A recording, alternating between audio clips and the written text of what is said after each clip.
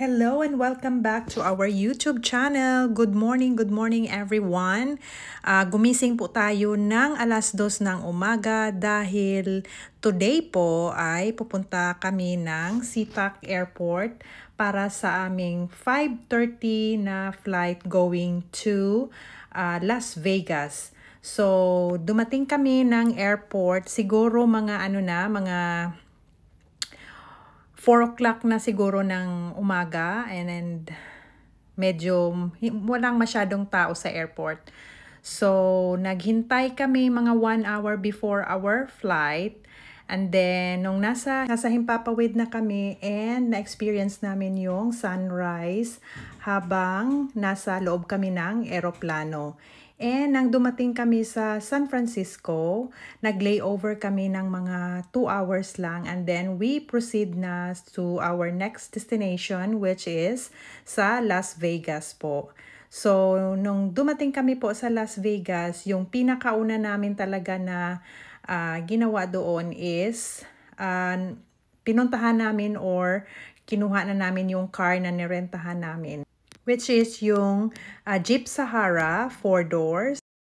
Chinek po natin ng maigi para sa mga pre-existing na dents or scratches before natin siya i-drive, just to make sure na hindi tayo matcha-charge pag sinauli natin after 11 days or 10 days I mean. So, we decided na itong Jeep Sahara 4 doors yung i-rent namin kasi based on our research na maganda siya sa off-road and we will be trying to go for an off-road driving kasi nga disyerto yung pupuntahan namin at saka posible talaga na mag-off-road kami. So, after namin na kinuha siya doon sa malapit sa airport, nag-stop by kami sa Walmart kasi itong asawa ko nag-order siya before ng trip namin ng 4 cases na water. Of course, dahil pupunta ka ng disyerto, dapat marami kang tubig na dala even though hindi naman siya summer nung papunta namin. Maputi na yung handa kaysa sa mauhaw ka doon sa kalagitnaan ng disyerto na wala kang tubig. So, we keep on moving on our adventures for today. And at first, hindi pa namin talaga alam kung saan talaga yung uunahin namin. But then my husband decided, kasi marami siyang marami siyang nilagay na mga plan A, plan B sa trip namin. So kung halimbawa, if it's raining, pupunta tayo dito. If it's not, dito tayo pupunta. So yung pinakauna namin na pinuntahan nung paggaling namin ng airport, first scene is yung the Valley of Fire.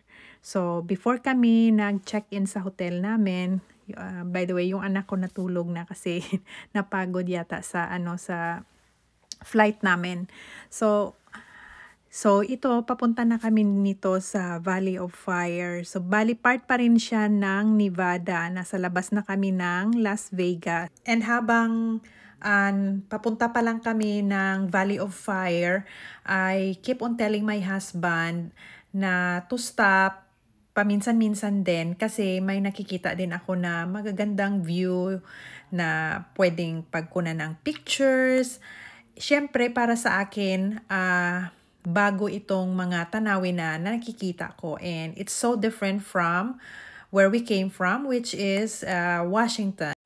Napaka-unique din ang beauty ng mga kabundukan nila. Nabubulol na tuloy ako.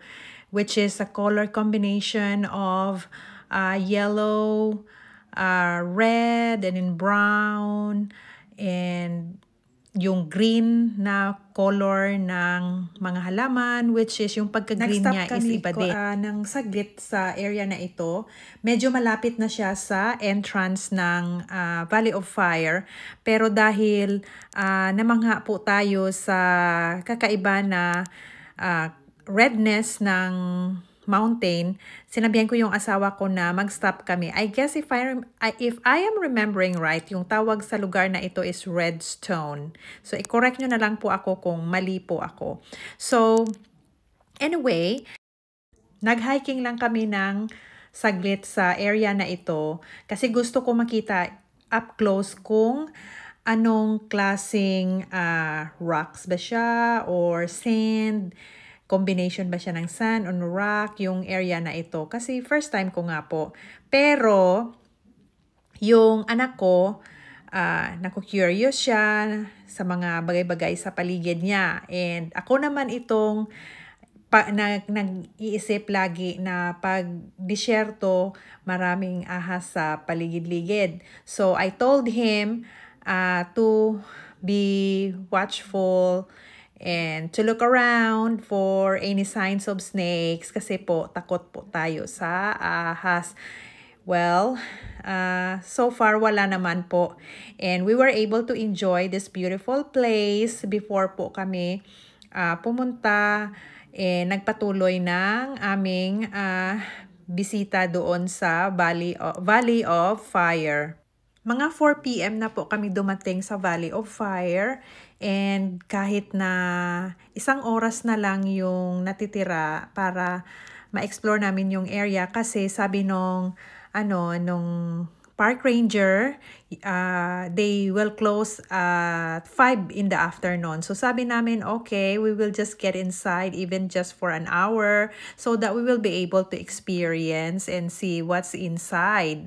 So yun nga, 1 oras lang kami. So pumunta muna kami or dumiretso kami doon sa visitor center kasi yun ang isa sa mga area na talagang scenic siya. And it's just nakapanghinayang lang kasi hindi namin na-research ng early kung anong oras sila mag-open and mag-close. So, nasanay kasi kami dito sa Washington na magpunta ka lang anytime and then you will just enjoy the place. So, ito na yung area. Malapit ito sa visitor center. And then, while we were there, we just look around and then we were able also to experience the sunset, which is napakaganda niya po talaga. And of course, isa din ito sa mga napaka-memorable na experience para sa aming pamilya na ma-experience itong area na ito. And then, so, mga exactly 5 na talaga kami na lumabas din sa park. But then, parang hindi ka talaga aalis sa area kasi napakaganda po niya.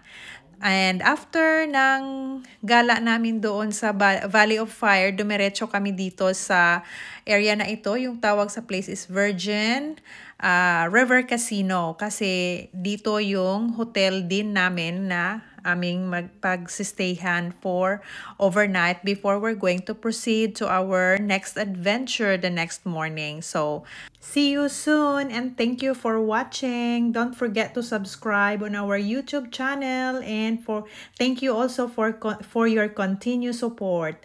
We love you all. God bless us.